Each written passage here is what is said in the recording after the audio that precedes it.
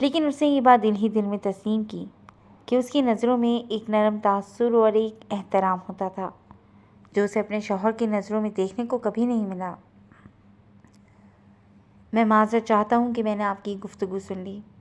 دروازہ کھلا تھا تو میں وہیں رک گیا اور آپ کا لفظ سنا میں نے۔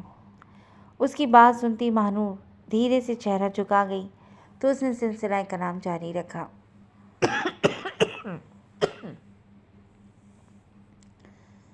ہم لوگوں کا ایک المیہ ہے، جو چیز آسانی سے دسترس میں آ جائے اس کی قدر نہیں کرتے۔ شکر تو بہت دور کی بات ہے، آپ کے شوہر کو رب سائی نے دنیا میں ہی ایک جنت دی تھی جسے اس نے اپنی کم فہمی اور ناشکری کی بدولت برباد کر دیا، اور جو جنت سے بے دخل ہوا زندگی میں وہ دوبارہ اس میں داخل نہیں ہو سکتا۔ آپ اس ناشکر انسان کو یاد کر کے خود کو اذیت دینے کی بجائے اس جنت کے بارے میں سوچیں جو میرے رب نے آپ کے قدموں تلے بچھا دی۔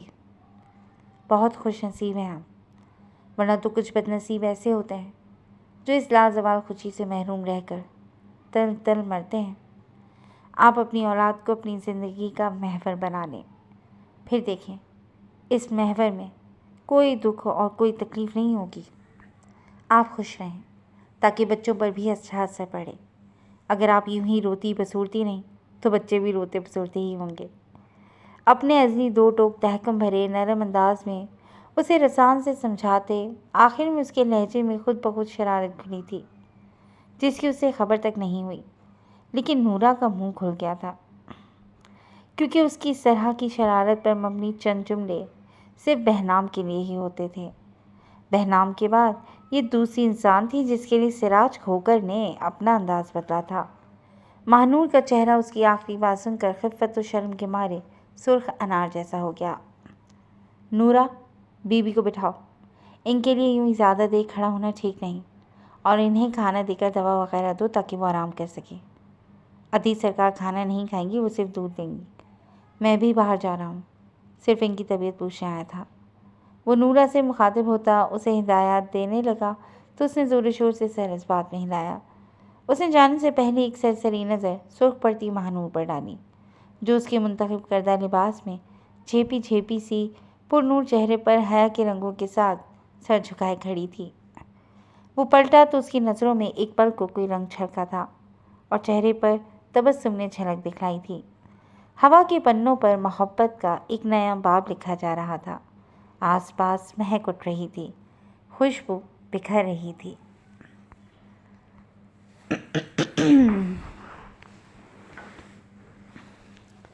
رفتہ رفتہ وہ میری ہستی کا ساماں ہو گئے، پہلے جاں پھر جانے جاں پھر جانے جانا ہو گئے۔ دن بدن بڑھتی گئیں اس حسن کی رعنائیاں، پہلے گل پھر گل بدن پھر گل بداماں ہو گئے۔ آپ تو نزدیک سے نزدیک تر آتے گئے، پہلے دل پھر دل ربا پھر دل کے مہماں ہو گئے۔ پیار جب حد سے بڑھا سارے تکلف مٹ گئے، آپ سے پھر تم ہوئے پھر تو کا عنواں ہو گئے۔ بہنام سرکار، بڑے سرکار کال کر رہے ہیں۔ ساقی نے سنجیدگی بھری اجلت سے کہہ کر ہاتھ میں پکڑا موبائل پلٹ کر اس کی جانب بڑھایا۔ وہ جب سے اپنی ایمل کے گھر سے نکلا تھا یوں ہی آنکھیں موندے سیٹ سے ٹیک لگائے مسرور سا مہدی حسن کو گنگنا رہا تھا۔ ساقی کی آواز پر بدمزہ ہو کر اس نے آنکھیں کھولیں تو چہرے پر مکمل بیزاری چھائی ہوئی تھی۔ لاؤ بابا، انہیں بھی نہ جانے کیسے علم ہو جاتا ہے کہ میں خوش ہوں، فوراً ہی میری خوشی کا مزہ کرکرا کرنے کو کال کر دی۔ وہ یوں بولا جیسے کڑوے بادام منہ میں گھل گئے ہوں۔ السلام علیکم بڑے تایا سرکار، کیا حال ہے؟ وہ سیٹ سے ٹیک لگائے ریلیکس سا چہرے پر سر تاثرات لیے سنجیدگی سے ان کا حال احوال پوچھنے لگا۔ وعلیکم السلام، میں ٹھیک ہوں بابا، تم کہاں پر ہو؟ انہوں نے حتی الامکان لہجے کو درست ہونے سے روکا تھا، ورنہ رشتے والی بات سن کر وہ جلتے توے پر بیٹھے تھے۔ میں تو راستے میں ہوں، گھر کی طرف جا رہا ہوں، آپ کی پوچھ رہے ہیں؟ خیریت تو ہے نا؟ اس نے لہجے کو سرسری ہی رکھا۔ ہاں بابا، سب خیریت ہی ہے۔ میں چاہ رہا تھا کہ 2-4 دن میں تم اپنی اماں سرکار کو لے آؤ۔ دراصل تمہاری تائی سرکار پری ناز کا رشتہ اپنے بڑے بھائی کے گھر کرنا چاہ رہی ہے۔ اس نے صاف کہہ دیا ہے کہ اگر اس ہفتے تم اپنی اماں سرکار کو رشتے کے لیے راضی کر کے نہ لا سکے تو وہ اپنے بھائی کو ہاں کہلوا دے گی۔ اس کا کہنا ہے کہ تم لوگ صرف ٹال مٹول سے کام لے رہے ہو اور وہ اب اپنی بیٹی کو کسی جھوٹی امید کے سہارے گھر میں نہیں بٹھا سکتی۔ اب تم سوچ لو تمہیں اپنے بابا کی آخری خواہش کب اور کیسے پوری کرنی ہے۔ ایک ماں کی فکر کے آگے تو میں بھی بے بس ہوں بابا۔ وہ اپنے لہجے میں فکر و پریشانی سموتے بیچارگی سے بولے تو بہنام کے چہرے پر تلخ مسکراہٹ نے جھلک دکھلائی۔ تایا سرکار، آپ بے فکر رہیں، میں آج ہی اماں سرکار سے بات کرتا ہوں۔ بابا کی خواہش سے بڑھ کر میرے لیے کچھ بھی نہیں۔ میں ان کی کہی کا پاس رکھنے کے لیے ہر حد سے گزر سکتا ہوں۔ وہ دو ٹوک مستحکم لہجے میں گویا ہوا تو دوسری طرف وہ پورے کروفر سے سینہ تان کر مسکرائے اور اپنی داڑھی پر ہاتھ پھیرا۔ چلو بابا، ساتھ خیریت سے گھر پہنچو، پھر بات کرتے ہیں۔ اب کہ وہ بولے تو لہجہ حشاش پشاش تھا۔ اللہ حافظ، اس نے سنجیدگی سے کہتے کال منقطع کر کے فون سائڈ پر ڈال دیا۔ بڑے سرکار سمجھ رہے ہیں کہ جو کچھ وہ چاہ رہے ہیں بالکل ویسا ہی ہو رہا ہے جیسا کہ ہمیشہ ہوتا آیا ہے۔ ساقی کے تلخ لہجے میں گھلی نفرت صاف محسوس کی جا سکتی تھی۔ اس کی بات سن کر بہنام نے اپنی بند آنکھیں کھولیں تو ان میں سرخ ڈورے اس کی اندرونی وحشت کا پتہ دے رہے تھے۔ انہیں سوچنے دو جو وہ سوچ رہے ہیں، اچھا ہے وہ اسی خوش فہمی میں جیے۔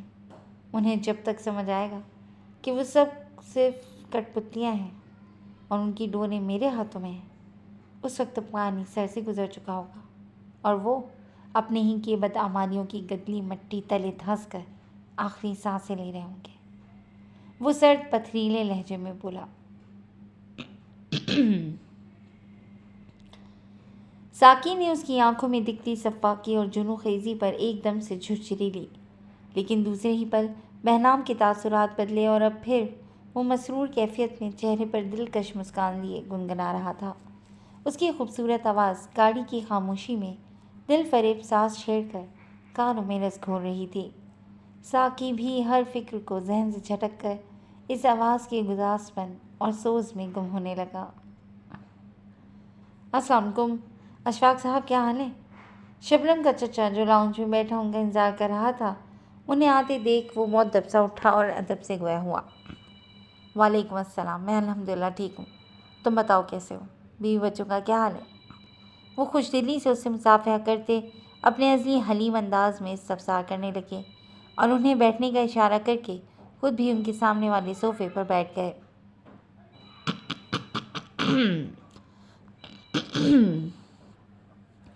ماشاءاللہ، آپ کی دعاؤں سے سب بہت اچھے ہیں۔ کافی دن ہو گئے تھے، میں نے سوچا جا کر شبو سے ملاؤں۔ وہ ہاتھ میں ہاتھ دبائے خوشامد بھرے انداز میں بولے۔ بس تنخواہ لینے کے نام پر ہی میری یاد آتی ہے۔ وہ ان کے قریب آتی ان کی بات سن کر جل کے بڑبڑائی تھی۔ ہاتھ میں تھامی ٹرے ان کے سامنے میز پر رکھی جس میں 2 کپ چائے اور ایک پلیٹ میں نفاست سے بسکٹ رکھے تھے۔ بھائی چائے لو ورنہ ٹھنڈی ہو جائے گی۔ تم جا کر ایمل کو بھیجو ذرا میرے پاس، اور شام کے کھانے کا بھی بندوبست کرو۔ آج اکبر صاحب ہمارے ساتھ کھانا کھائیں گے۔ وہ ان دونوں سے ایک ساتھ مخاطب تھے۔ شبنم ان کی بات سن کر اس بات میں سر ہلاتی چہرے پر زبردستی کی مسکان لیے واپس پلٹ گئی، جبکہ اکبر صاحب خوشی کے مارے پھیل کر بیٹھ گئے اور چائے میں بسکٹ ڈبو ڈبو کر کھانے لگے۔ جب تک ہلکی پھلکی گفتگو میں ان دونوں نے چائے ختم کی تب تک ایمن بھی وہاں آ چکی تھی۔ شجا حسب معمول اپنے کمرے میں تھا۔ وہ سلام دعا کے بعد اشفاق صاحب کے ساتھ ہی بیٹھ گئی تھی۔ وہ اس سے مروب ہوتے بار بار اسے مسکرا کر دیکھ رہے تھے۔ وہ ملک کی نامور ایکٹر اور ماڈل تھی تو اس لحاظ سے وہ بھی اس کے فین ہی تھے۔ آپ نے شبنم کی شادی کے بارے میں کیا سوچا ہے؟ ایمل کے سوال پر ان کے چہرے کی مسکراہٹ سمٹی۔ میں غریب کیا سوچ سکتا ہوں جی، اپنا گزارا ہی بڑی مشکلوں سے ہوتا ہے۔ شادی کے اخراجات اٹھانا میرے بس میں کہاں۔ پھر آج کل کے دور میں ایک یتیم بچی کو کون بیانے آئے گا؟ خالی ہاتھ تو بہت مشکل ہے جی، اس کا کہیں رشتہ ہونا۔ اس کے چچا نے حسب عادت اپنے دکھڑے روئے اور ساتھ بتا بھی دیا کہ وہ اس کی شادی کا ارادہ نہیں رکھتے۔ ان کی بے حسی پر مبنی جملے سن کر دونوں باپ بیٹی نے ایک دوسرے کو دیکھا۔ تم مجھے ایک سمجھدار انسان لگتے ہو، اسی لیے تمہیں سمجھا رہا ہوں۔ غور سے میری بات سنو، ابھی تم حیات ہو، کل کو نہیں رہو گے تو شبنم کا کیا ہوگا؟ سوچا ہے کبھی؟ تمہاری بیوی تو اس کا سایہ بھی برداشت نہیں کرتی، تمہارے بعد اس کا مستقبل کیا ہوگا؟ میں بھی اگلے مہینے سادگی سے ایمل کو رخصت کر کے شجا کے ساتھ امریکہ جا رہا ہوں، تو اب بتاؤ ایسے میں شبنم کہاں جائے گی؟ اشفاق صاحب نے نرمی سے ساری بات ان کے سامنے رکھی تو وہ یہ بات سن کر پریشان ہو گئے۔ آپ کو بہت مبارک ہو کہ شجا بچے کا علاج ہو جائے گا، لیکن ایسے اتنی جلدی یوں اچانک کیوں جا رہے ہیں آپ؟ شجا کے علاج کے لیے کافی عرصے سے کوششیں چل رہی تھیں، اب ڈاکٹر نے وقت دے دیا ہے، وہاں ہم اس کا علاج کروانے جا رہے ہیں، ہمیں 3 ماہ بھی لگ سکتے ہیں اور اس سے زیادہ بھی۔ تبھی تو تمہیں کہہ رہا ہوں کہ شبنم کی شادی کر دو، تم بھی سرخرو ہو جاؤ گے آخرت میں بھائی کے سامنے کہ تم نے ان کی دی گئی امانت کا اچھے سے خیال رکھا اور اپنی ذمہ داری پوری کی۔ اب کے اشفاق صاحب کی بات پر ان کے چہرے پر پریشانی کے ساتھ تذبذب کے آثار بھی نمایاں تھے۔ لیکن اتنی جلدی رشتہ آئے گا کہاں سے؟ اور میرے ہاتھ میں تو کچھ بھی نہیں ہے، جو پیسہ آتا ہے وہ شبنم کی چاچی کے ہاتھوں میں چلا آتا ہے، وہ تو شبوں کے لیے ایک پھوٹی کوڑی بھی نہیں دینے والی۔ وہ تفکرات میں گھرے بول اٹھے۔ رشتے کی آپ فکر نہ کریں، وہ میں نے دیکھ لیا ہے، آپ بس ولی کی حیثیت سے شبنم کے سر پر شفقت کا ہاتھ رکھ دیں۔ ایمل کی سنجیدگی سے کہنے پر وہ مسرت میں گھرے اس کی سمت دیکھنے لگے۔ اگر ایسی بات ہے تو یقیناً آپ لوگوں نے اس کے لیے اچھا ہی سوچا ہوگا، ان کے پرجوش انداز میں کہنے پر ایمل ہولے سے مسکرائی۔ ہم شبنم کا نکاح جلد از جلد شجاع سے کروانا چاہتے ہیں تاکہ اس کا پیپر ورک مکمل ہو جائے اور وہ بھی بابا اور شجاع کے ساتھ امریکہ چلی جائے۔ ایمل کے کہنے پر اکبر صاحب کا منہ تحیر سے کھل گیا۔ ارے میری بچی کا نصیب تو بہت اچھی جگہ کھلا ہے، میں نے تو کبھی سوچا نہیں تھا کہ وہ آپ کے گھر کی بہو بنے گی۔ ساری زندگی اس بچی نے محرومیوں بھری زندگی گزاری ہے اور میں بدبخت اس کے لیے کچھ کر ہی نہیں پایا، لیکن اب میں بہت خوش ہوں۔ آپ بس نکاح کا دن بولو، میں حاضر ہو جاؤں گا۔ بے شک میرے پاس اسے دینے کو دنیاوی دولت نہیں، لیکن میرے دل سے نکلی پرخلوص دعائیں ساری اسی بچی کے لیے ہیں۔ فرد جذبات سے کہتے ہوئے ان کا لہجہ بھیگ سا گیا۔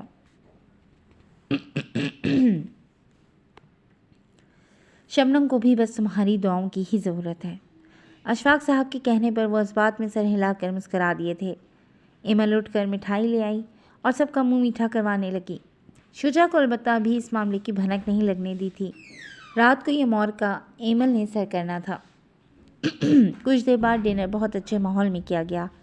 شجاع بھی باہر آ گیا تھا۔ اکبر صاحب اٹھ کر اس سے نہ صرف ملے تھے بلکہ اس کے علاج کو لے کر نیک تمناؤں کا اظہار بھی کیا تھا۔ سب ہلکی پھلکی باتیں کر رہے تھے۔ اس دوران ایک شبنم ہی تھی جس کا چہرہ مکمل اپنی پلیٹ پر جھکا ہوا تھا اور شجاع کی حیرانگی بھری نظریں بار بار اس کی سمت ہی اٹھ رہی تھیں۔ ہر دم پٹر پٹر کرتی اس کی زبان آج خاموش تھی۔ اس کی حیرانگی تو پھر بنتی تھی۔ آپو، یہ شبنم کے چچا آج کچھ الگ سے نہیں لگ رہے تھے، اور تو اور شبنم کا رویہ بھی کچھ ناقابل فہم سا تھا۔ کافی دیر سے جو بات اسے الجھن میں مبتلا کر رہی تھی وہ بالآخر اس نے پوچھ ڈالی تھی۔ اس وقت وہ دونوں بہن بھائی ٹیرس پر موجود ہزاروں لاکھوں ستاروں کے جھرمٹ میں چمک رہے چاند کو دیکھ رہے تھے۔ ایمل کو اس سے بات کرنی تھی، اس وجہ سے وہ اسے اپنے ساتھ لیے ٹیرس پر آ گئی تھی۔ تمہیں کیا لگتا ہے کیا بات ہو سکتی ہے ان کی اس رویے کے پیچھے؟ ایمل نے مسکراہٹ دبائے سوال پر سوال کر ڈالا۔ اب مجھے کیسے علم ہوگا، میں کوئی نجومی تو نہیں ہوں، وہ خفگی جتاتے ہوئے بولا۔ شبنم کا رشتہ طے پا گیا ہے، اسی لیے وہ ایک مشرقی لڑکی کی طرح شرمائی شرمائی تھی، اور رہے ان کے چچا تو وہ بھی خوش تھے اس کا رشتہ طے ہو جانے کی خوشی میں۔ لاپرواہی سے بتاتے ایمل نے بغور اس کے پھیکے پڑتے چہرے کو دیکھا۔ اچھا، اتنی جلدی کیسے رشتہ طے ہو گیا؟ مجھے بھی بتا دیا ہوتا تاکہ میں اس پاگل شبو کو مبارکباد ہی دے دیتا۔ چہرے پر پھیکی مسکان سے جائے وہ زبردستی لہجے کو بشاش بنائے ہوئے تھا۔ پوچھو گے نہیں کہ ہم نے اس کا رشتہ کس کے ساتھ پکا کیا ہے؟ ایمل گھٹنوں کے بل اس کے سامنے بیٹھے اس کی اداس نظروں میں دیکھتی اس کا ہاتھ تھامے سنجیدگی سے پوچھنے لگی۔ کس کا نصیب بن رہی ہے وہ؟ اس نے سلگتے لہجے میں پوچھا۔ میرے پیارے بھائی شجاع کا۔ ہلکا سا اچک کر وہ نرمی سے اس کی روشن پیشانی چوم کر مسرت سے لبریز لہجے میں بولتی شجاع کو ساکت کر گئی۔ وہ کئی سیکنڈ بے حس و حرکت اس کی جانب دیکھتا رہا، جس کی نظروں میں آج ایک الگ ہی قسم کی چمک تھی اور چہرہ بھرپور خوشی کی عکاسی کرتا تمتما رہا تھا۔ آپ یہ کیا بول رہی ہیں؟ ایسا کیسے ہو سکتا ہے؟ شجاع شوق سے تھوڑا سنبھلا تو اس کے منہ سے پھنسی پھنسی سی آواز برآمد ہوئی۔ ایسا کیوں نہیں ہو سکتا؟ اس نے اچنبھے سے پوچھا۔ آپ فوراً اس رشتے سے انکار کر دیں۔ مجھے نہیں کرنی شبنم سے کوئی شادی وادی۔ اب کہ وہ بولا تو لہجہ سخت اور دو ٹوک تھا۔ کیوں نہیں کرنی یہ شادی؟ اس سوال پر دونوں بہن بھائیوں نے میکان کے انداز میں سوال کرنے والی ہنسی کو دیکھا تھا۔ شبنم، جس کے دوپٹے پر شام میں چائے کا داغ لگ گیا تھا، وہ دوپٹہ دھو کر ٹیرس پر ایک طرف رکھے اسٹینڈ پر پھیلا گئی تھی اور اب وہی لینے آئی تھی جب شجاع کے یہ دل خراش جملے اس کے کان میں پڑے تھے۔ شبنم تم جاؤ، میں بات کر رہی ہوں۔ ایمن نے اس کا سرخ پڑتا چہرہ دیکھ کر اسے تحمل سے وہاں سے جانے کو کہا۔ وہ جانتی تھی کہ شجاع کے لفظوں نے اسے ہرٹ کیا تھا، تبھی وہ چاہتی تھی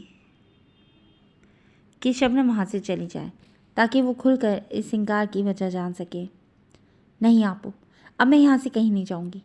مجھے نہ اپنی تذلیل گوارا ہے اور نہ اپنی محبت کی تذلیل میں کسی کو کرنے دوں گی۔ یہ معاملہ شجاع اور میرا ہے تو اسے ہم دونوں ہی آج آر یا پار لگائیں گے۔ میری جیون کی کشتی یا تو دریا کا کنارہ پالے گی یا پھر بیچ مجدار میں ڈوب جائے گی۔ شبنم نے واضح الفاظ میں اپنی بات کہی تو ایمن نے ٹھنڈی سانس خارج کرتے شجاع کی جانب نظر کی، جس کے چہرے پر اضطراب اور بے چینی جھلک رہی تھی، اور دوسری طرح نظر شبنم پر ڈالی جو سنجیدگی سے سینے پر بازو لپیٹے شجاع کو گھور رہی تھی۔ ایمن اس کی ویل چیئر پر زور دیتی اٹھ کھڑی ہوئی اور جاتے ہوئے شبنم کا کندھا تھپتھپانا نہیں بھولی۔ کئی لمحے خاموشی سے ان کے بیچ سے گزرے تو شجاع کو شدید جھنجھلاہٹ نے گھیر لیا۔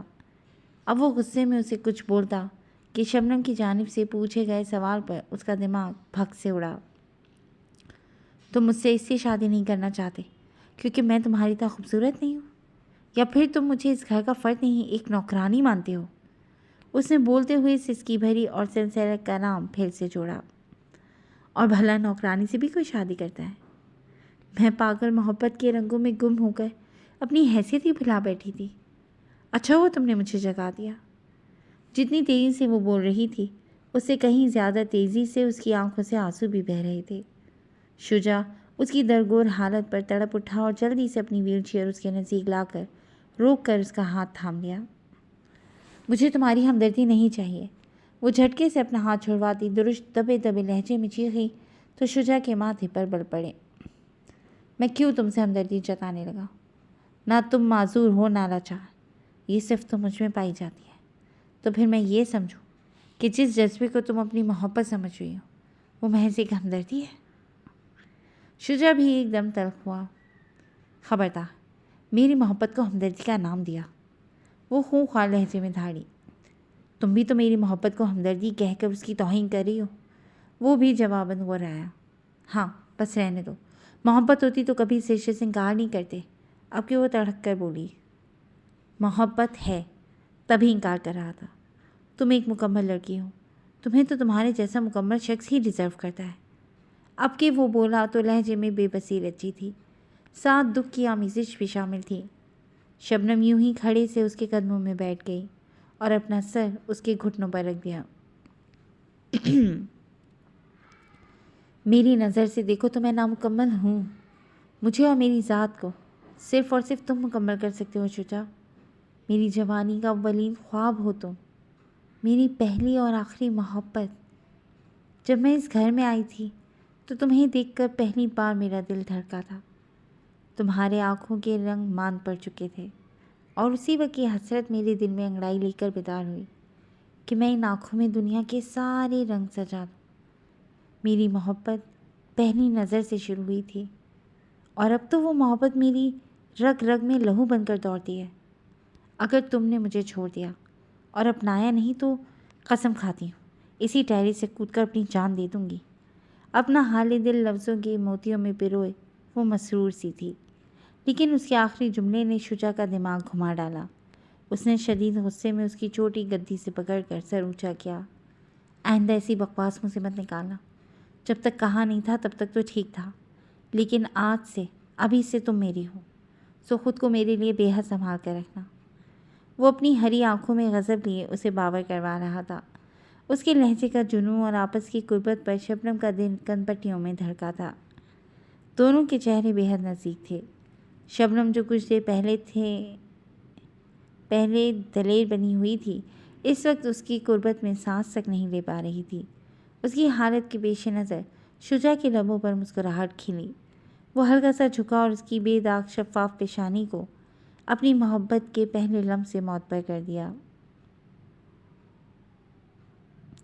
مجھے لگتا ہے کہ مذاکرات کامیاب رہے ہیں، ایمل گلا کھنگا کر واپس آتی شرارت سے بولی۔ شجا تب تک اسے چھوڑ کر فاصلہ بنا چکا تھا، جبکہ شبنم بیچاری شرم سے دوہری ہوتی وہیں اپنا سرخ چہرہ جھکائے بیٹھی تھی۔ بالکل، ہمارے مذاکرات 100% کامیاب رہے ہیں۔ شجا کے لہجے کی کھنک، چہرے کی خوشی اور آنکھوں سے پھوٹتی روشنی دیکھ کر ایمل کے لبوں سے بے ساختہ ان دونوں کی دائمی خوشیوں کی دعائیں نکلیں۔ میں ابا کو بتاتی ہوں، ہم کل شام ہی تم دونوں کا نکاح پڑھوا لیں۔ ایمل کی شوخی سے کہنے پر شبنم کرنٹ کھا کر اٹھ کھڑی ہوئی۔ اتنی جلدی؟ دونوں کے منہ سے بے ساختہ نکلا۔ نکاح کے بعد پیپرز کا پروسیس ہوگا، اسی لیے جلد نکاح کرنا پڑے گا۔ اب تم تینوں ساتھ جاؤ گے۔ ایمل کی سنجیدگی سے سمجھانے پر وہ دونوں ایک دوسرے کو دیکھ کر رہ گئے۔ آپو یہ سب ہوگا کیسے؟ شجا متفکر سا استفسار کرنے لگا۔ بہنام سمرو ہے نا، ہم نکاح کر دیں گے اور باقی کے انتظامات، ویزا وغیرہ کا جو بھی پروسیس ہوگا وہ بہنام کروا دیں گے۔ وہ اطمینان سے ہاتھ جھاڑتی بولی تو وہ دونوں ہی اس کی بات پر طمانینت سے مسکرا دے۔